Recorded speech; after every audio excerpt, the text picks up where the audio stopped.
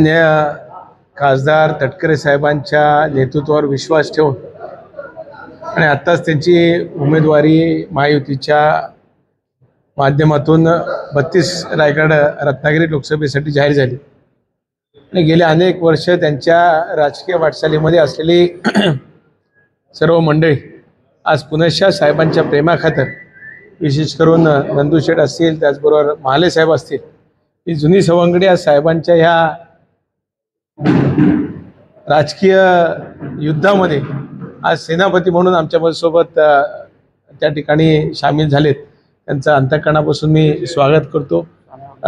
सानेगाव असतील, सानेगावचे उपसरपंच माझा सहकारी परेश असेल किंवा इतर सुद्धा सहकारी अनेक आज सहकारी पक्षामध्ये प्रवेश करतात, त्यांचं मी अंतःकरणापासून स्वागत करतो. 15 दिवसामध्ये शेकडा पक्षाचे 4 दिग्गज तुमच्याकडे आले, याकडे कसं होतं खास करून?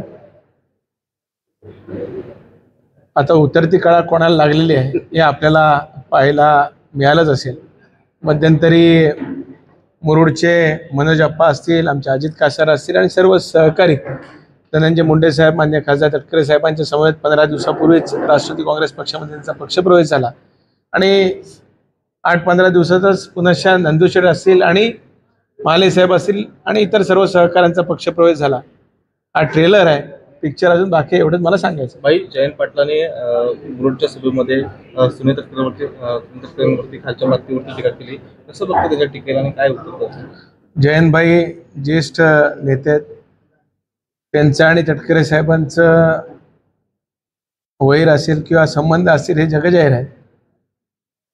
ते नेहमी बोलतात, त्याच्या बऱ्याच वेळेला उलटं आपण मानत असतो, त्यामुळे अधिक मला त्याच्या बाबतीत बोलायचं नाही.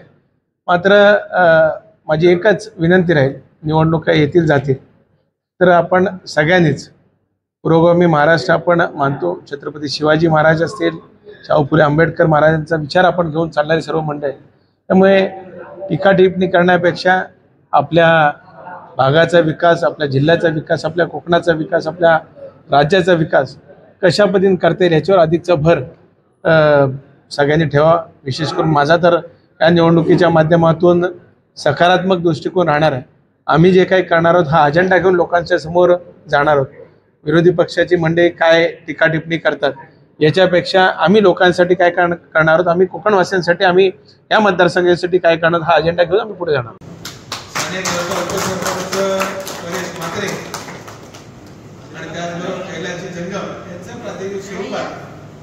आज पक्षप्रवेश होतोय, त्यांचं स्वागत आहे.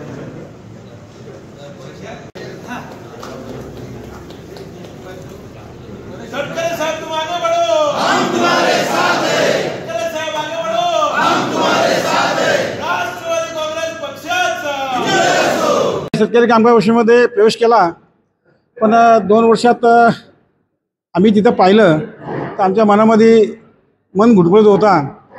कारण ही आज जी सर्व मंडळी तालुक्यातून प्रवेशासाठी आमच्याकडे आली होती, आम्हाला नेहमी आम्ही तटकरे साहेब, लक्ष्मण माली यांनी जवळजवळ 30-35 वर्ष काम केलं. गेले मी 20-22 वर्ष त्याच्यासोबत काम केलं. जेव्हा आम्ही पक्ष सोडून गेलो, थोडे वाद होत आहेत. राजकारणामध्ये सगळं चालतं, कधी वाद होतात, कधी एकत्र येतात. आम्ही तटकरे साहेबांच्या आम्ही जवळ भावासारखे आहोत. पण आम्हाला आता 2 दिवसापूर्वी तटकरे साहेबांची 32 लोकसभा मतदारसंघासाठी ज्यावेळेला खासदाराची घोषणा झाली त्यावेळेला आमच्या मनात शल्य आलं. नाही माझे आणि आम्ही दोघांनी विचार केला की आपण आपल्या साहेबासाठी, आपण तुम्ही 30 वर्ष 35 वर्ष काम केल्यात, मीच गेली 20-22 वर्ष काम केलं आहे, तर आपण आता पुन्हा साहेबासोबत जाऊन आपण साहेबाला मदत करायला पाहिजे. आणि जो चक्रव्यूहामध्ये साहेब अडकलेत तो चक्र आपण कसा बाहेर काढता येईल आपल्या साहेब, आपण सर्वांनीच आपण लवकरपर्यंत पोचूया. आणि सर्व कार्यकर्त्यांना असतील, ज्येष्ठ असतील, युवक असतील, यांना आपण समजून सांगून तटकरे साहेबांना आपण जास्त मतांनी आपण निवडून द्यायला पाहिजे, ही आपण अशी शपथ घेऊया. नाराजीचा प्रश्न येत नाही, पण त्याचं कारण एवढंच आहे, आम्हाला सवय लागली लोकांमध्ये काम करण्याची. पण तसं त्या शेतकरी कामगार पक्षामध्ये 2-4 लोक सोडली तर बाकी कोण दिसत नाही काम करणारी मंडळी. आम्ही रोजचे रोज आम्हाला सर्व लोक सोबत पाहिजे आणि पक्ष वाढवल्या दृष्टीने आम्ही काम करत असतो. पण तसं त्यांना काय वाटत नाही की आपला पक्ष वाढायला पाहिजे, म्हणून शेवटी हा आम्ही निर्णय घेतला. फोन केला का जाऊ नका म्हणून? कालपासून कोणी आम्हाला फोन नाही केला, पण आज रात्री सकाळी भाईंचा PAचा फोन मला आला होता. आता आम्ही काही इकडे आल्यामुळे मी फोन उचलला नाही, पण त्यांच्यावर काय आमच्यावर नाराजी नाही, पण शेवटी राजकारणात काही होऊ शकते.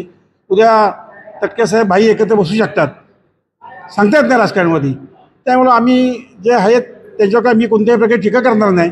जर आज आता आपण पाहिलं महाराष्ट्रामध्ये कोणत्या प्रकारे राजकारण चाललं आहे, आजचा माणूस उद्या कुठे जाते, परवाचा माणूस कुठे येतो आहे. त्यामुळे भविष्यात पुढच्या निवडणुकीमध्ये आमदारकी जिल्हा परिषद आहेत आणि तुमच्या नगरपालिका आहेत, तर उद्या काही होऊ शकते. भाई आणि साहेब एकत्र येऊ शकतात. तुम्ही